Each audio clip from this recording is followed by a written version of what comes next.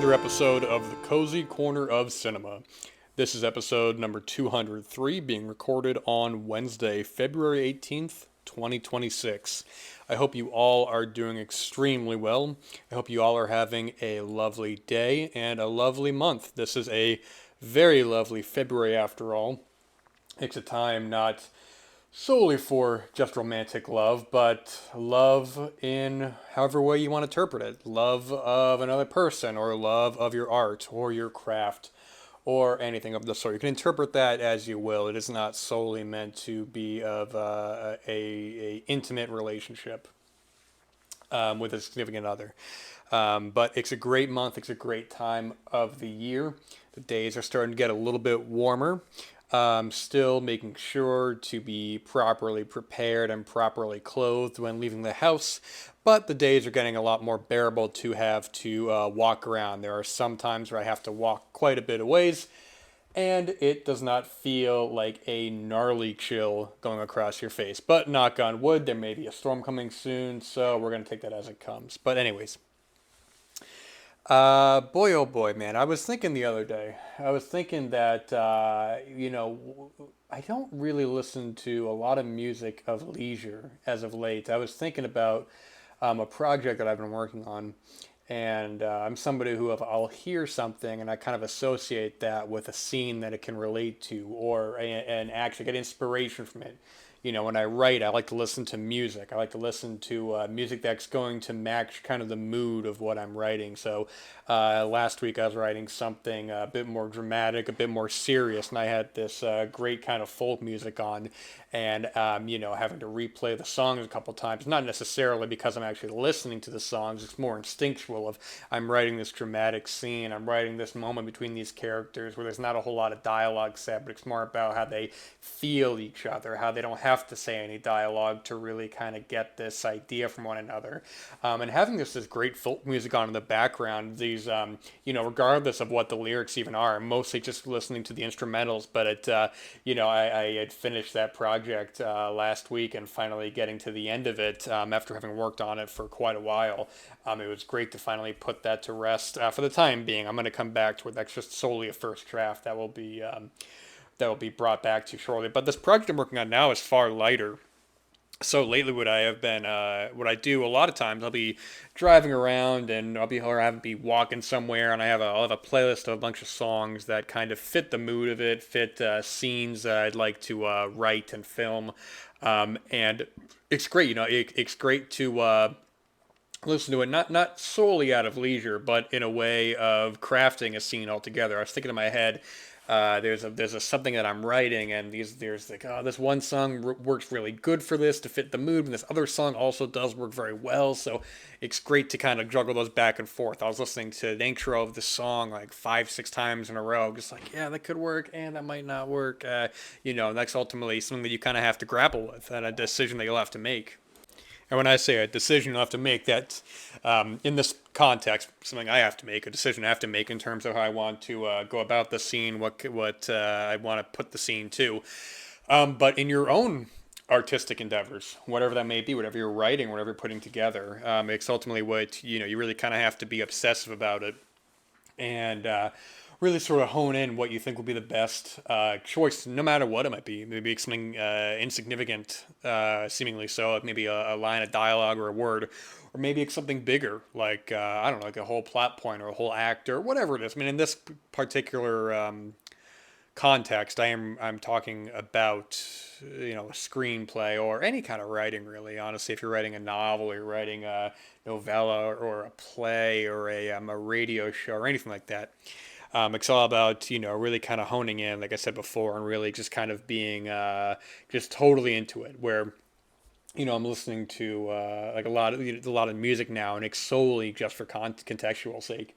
Because otherwise, I'm listening to primarily just podcasts. I don't really have a whole lot of music that I just put on to kind of, zone out. Because I don't want to zone out, man. If I'm driving somewhere or I'm doing something and I'm gonna have music on, I want to actually sort of put it to something in my head, because there's been times where, even late, I've been like struggling to kind of put something together, and then I hear part of a song and I'm like, oh man, visually it just came to me and it's perfect. And I write it down and I play that part of the song again and it comes together and you mold. It's like molding anything of like with like clay or something, you know, it's sort of like you start off, it's really just kind of a hill with no real kind of rhyme or reason, but then you mold it, you know, you sort of put it together, put both your hands on it, and there you go. Now you have whatever creation you want to make, you know, and it's great. So yeah, it's just something I was thinking about lately. I was looking at my Spotify of music to listen to, and hardly anything had been for leisure, which was funny to see. I could look at the different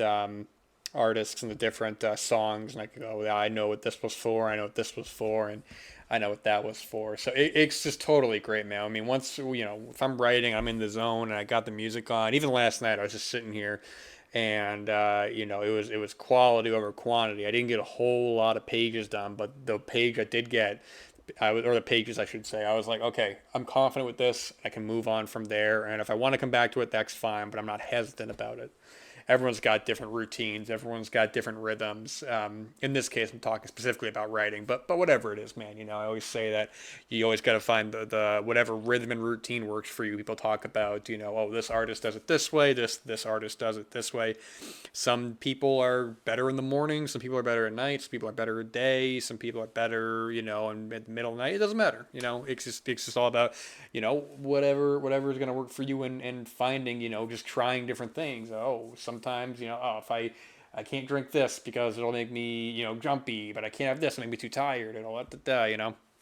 It's just part of the process. I think part of the fun of it all is just watching the whole thing kind of come together and slowly, you know, forming it all. It's very easy to kind of want to look at a finished result. Everybody wants to look at a finished result of something, and no one wants to, or a lot of people, I should say, I shouldn't exaggerate and say no one, but a lot of people don't want to see the, you know, how many steps it took to get there. You know, how many hours it took to really put something together, or maybe it takes no time at all. Maybe it just comes to you naturally, you know, and that's totally fine too. But moving on from there, let's talk about some films. Let's actually talk. Excuse me. Let's actually talk about the recent passing of Frederick Wiseman. I talked about him briefly, or a couple times on the show, I should say. Maybe I should get a sip of this beverage. My throat's getting a little dry. But famed documentarian, Frederick Wiseman, also a part-time actor. He's funny. In the past year, he's popped up in two films that I've watched. One of which was just recently with the film A Private Life with Jodie Foster, which is a French English film. I don't know if it's a French or an American and France co-production, but it was fun to see him pop up in that. And actually, I'm going to immediately contradict myself. He has popped up in one, two, three, four films I've seen in the past couple of years. So actually, I can probably talk about those really briefly. But yeah, he popped up in A Private Life. He had a speaking role in that film from last year, which I thought was pretty overseen. I didn't really hear a lot of talk about it, unfortunately, as the film from Laura Piani made my 50 favorites of 2025, and that was Jane Austen Wrecked My Life, which is it's a title that grabs you. You go, what could that mean? You know, what is this? It sounds very light and fluffy, and it's light in at moments. It's not too dour, but I think it's a very mature film. It's one that I really got a lot out of, and you know, with the introduction of this episode, talking about the writing process, what I really loved about that film is, you know, we're dealing with a writer right there. You already kind of got my interest there. I love films about writers, whatever it is, you know, playwrights, authors, screenwriters, anything of the sort. This woman who's living in a bookshop.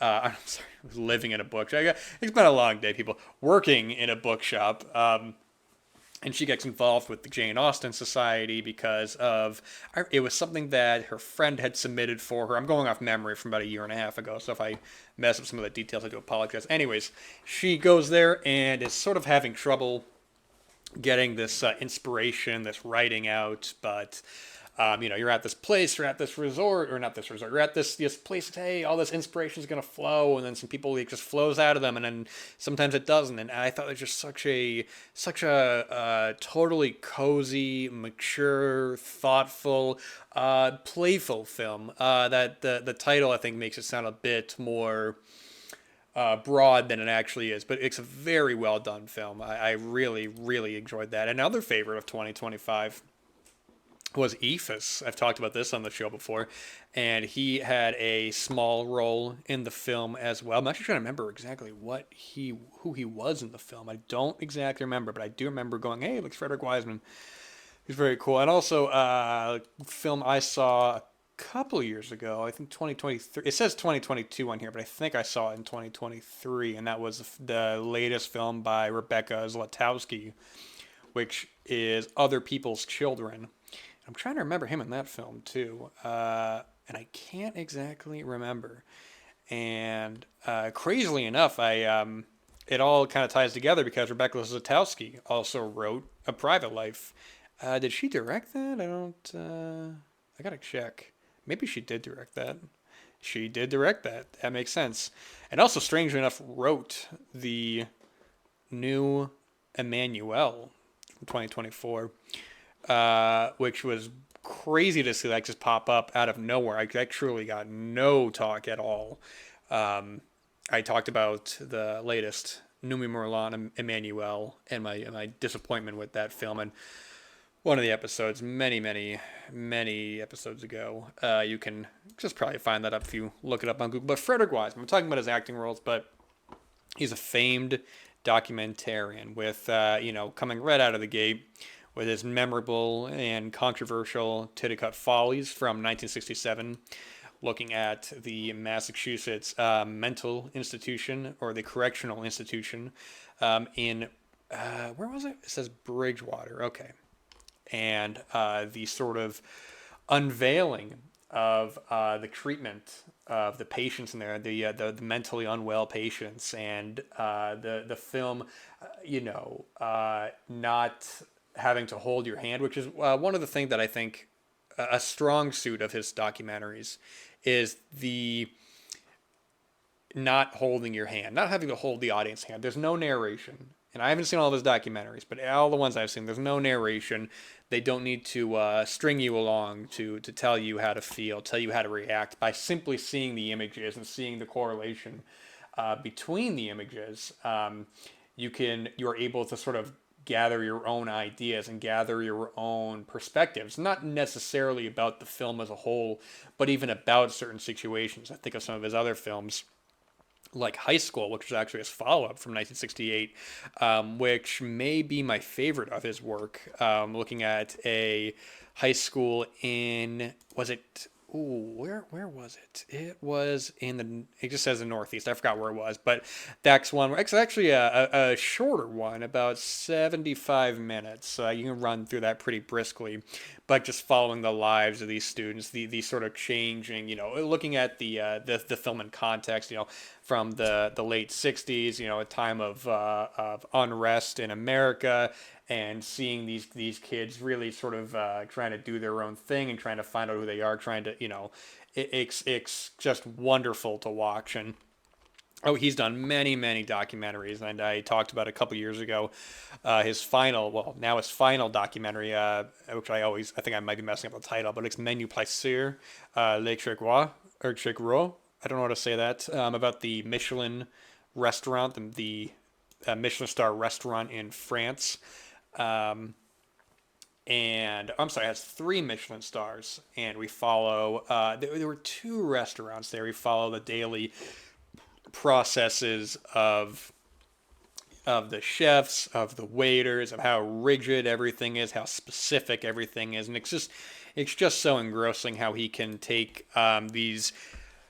I don't even want to say necessarily simple ideas, because there's plenty to draw from if you're at a high-end restaurant, if you're in a high school, if you're in a hospital or anything like that, but what you draw from there and how you're able to string a film together, because he's also known for many of his films being quite lengthy, running 2.5 to plus hours, 3-4 hours.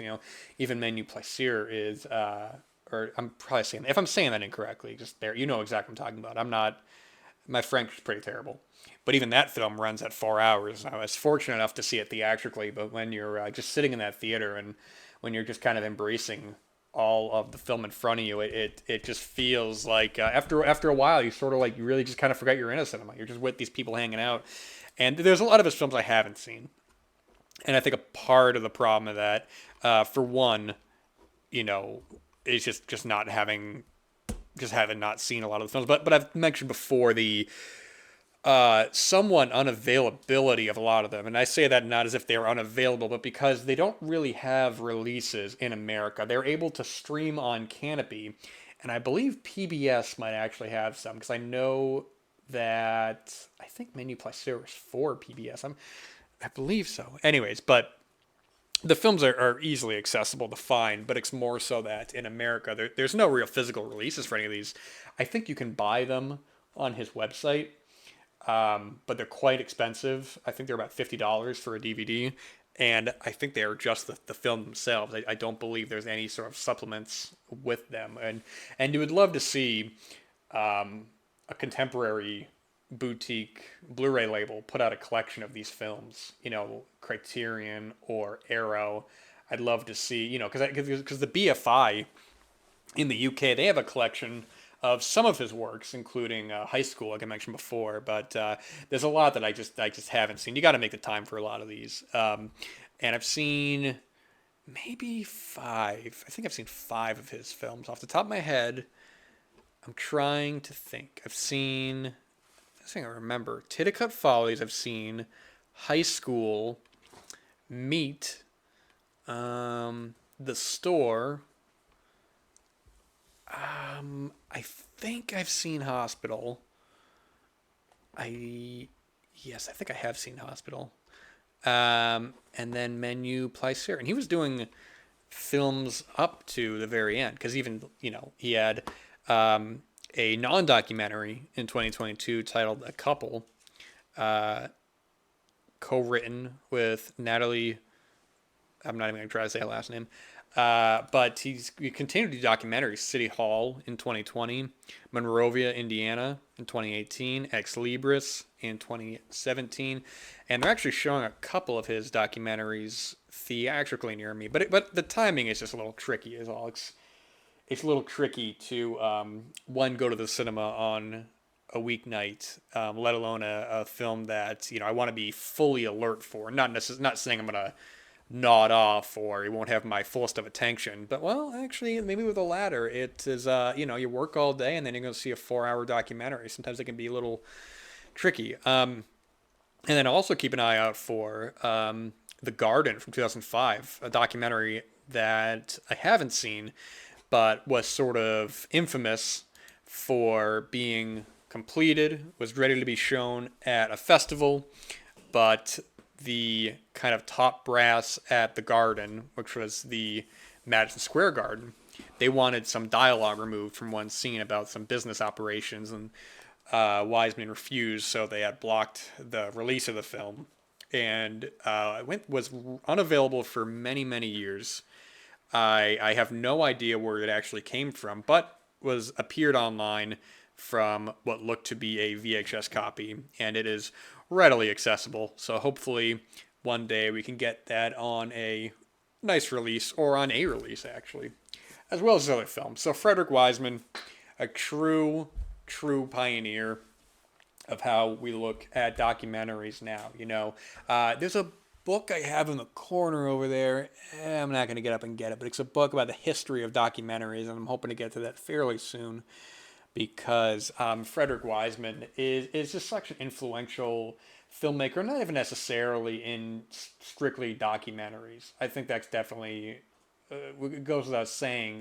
He always in the conversation, him and Errol Morris, just these making these just really notable documentaries. And you talk about like Titicut Follies, and then like The Thin Blue Line, and like these big kind of documentaries that maybe not as much as The Thin Blue Line, but they sort of cross over into the mainstream, in the mainstream sort of general milieu. That's what I always talk about before, is that I feel like when a documentary kind of crosses over into ones that's actually going to, not even necessarily show completely wide theatrically, but are able to kind of penetrate the general social conversation where people who maybe aren't really into documentaries or really not that knowledgeable, certain ones, like Michael Moore. I think he's a filmmaker who has crossed over into the pop culture sort of lexicon,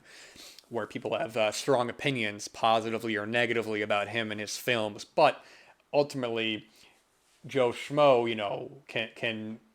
may know about something like Bowling for Columbine or Fahrenheit 9/11 more so than some other ones. I remember it doesn't really happen too often.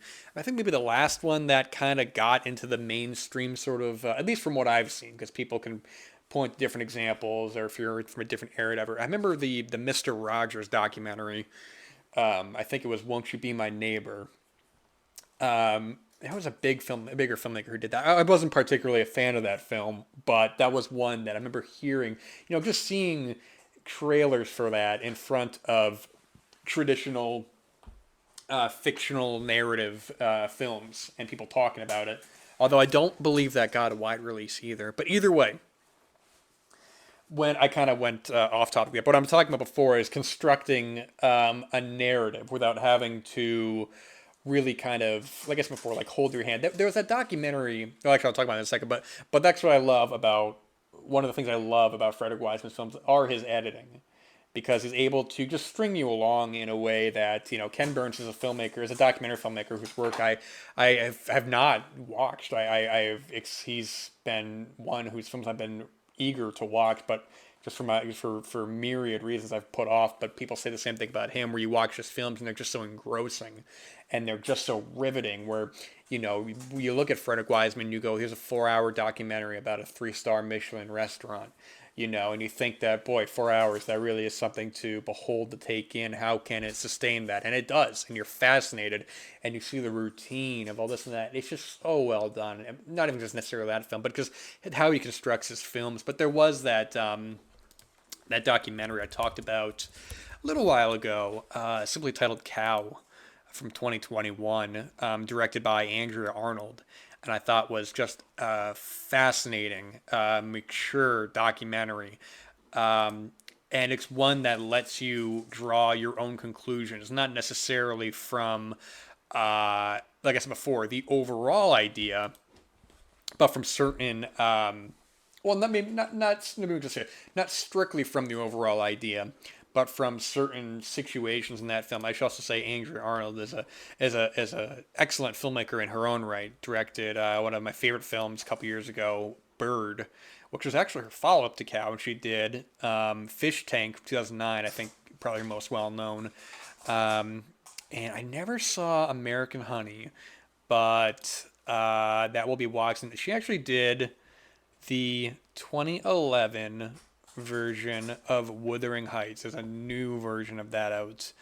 And I'd be interested to see her take on it. Looks a bit more of, is this a TV movie? No, I don't know, it doesn't matter. Anyways, but what I was talking about before is how you are able to get to your conclusions. Even if the filmmaker has an idea in mind, if they're confident enough in the audience to not have to let you know what to feel during a scene. A film like Cow, there is no score, and there are moments that you really kind of have to draw your own conclusions from in terms of what's happening in the scene, not necessarily like the ambiguity of what's going on in the scene, but more so about like, is this, how are these practices? Are they safe? Or are they humane? Or that it's a very, very mature documentary.